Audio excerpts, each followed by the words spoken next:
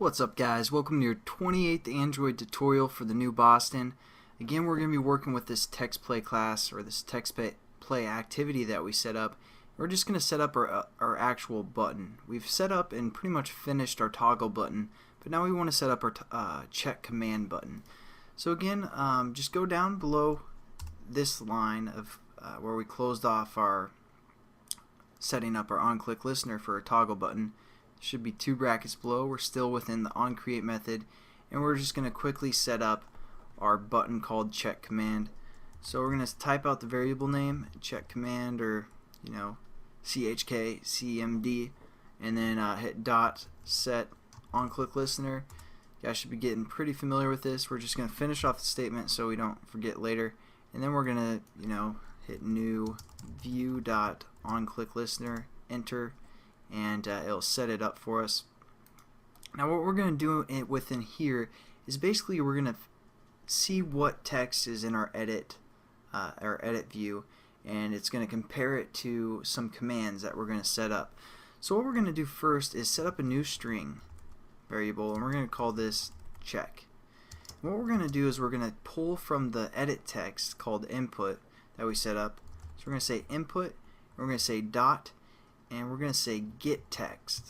It's a method that we can use that's editable from the edit text class, and this is just going to give us what text is within that edit text.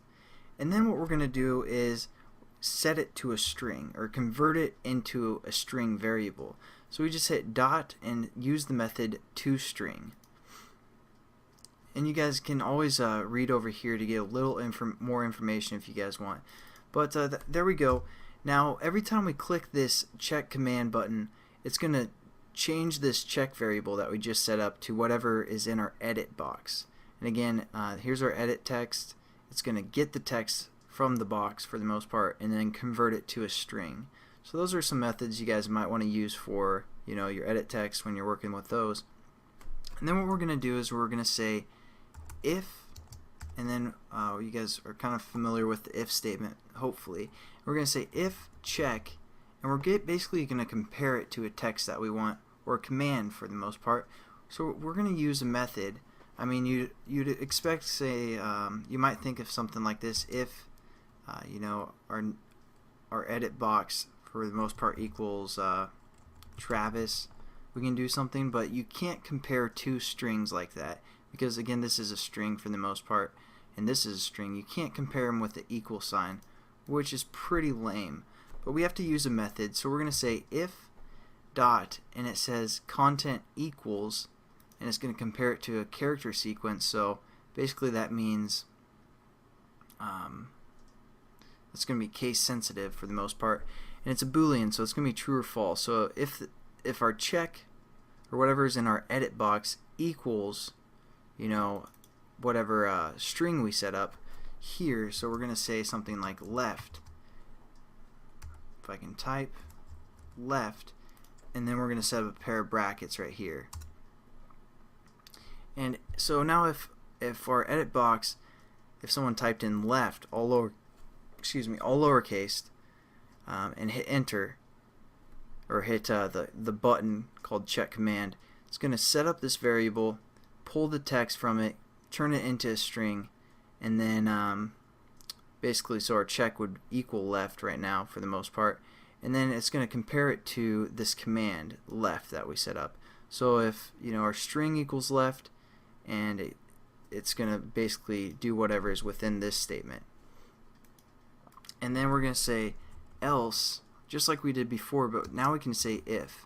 So it's basically going to check through this statement as well, and we can just kind of copy and paste basically our what we're checking here.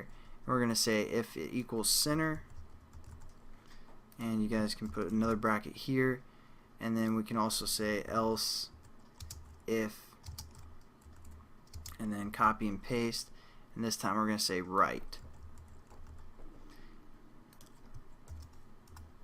So there we go. I know we're getting a lot of brackets, so hopefully you guys are following along perfectly and you aren't getting errors or anything. But and that's also why we closed off that statement early, because you know, looking through all these brackets, you're like, dang it, where am I supposed to close that off? For the most part, I mean, I don't know if that's confusing or not, but hopefully you guys followed along, and then we're going to set up what these are going to do within the next tutorial, as well as set up some more commands and just have some fun with this text. But that's just kind of the introduction to the else-if statements. We did the if-else the last tutorial for the most part, or 2 tutorials ago, I'm not for sure. But this is the if-else, and we also converted an edit text into a string. So that's what we've done, and then we compare basically 2 strings together by using this method content equals, and then whatever we want to compare it to. So hopefully that made some sense, and hopefully you guys are getting familiar with how to set up these buttons so you can, you know, tell your friends, hey man, if you have a button you need set up, I'm your man. But besides that, thanks again for watching. We'll hope to see you in the next tutorial. Have a good one.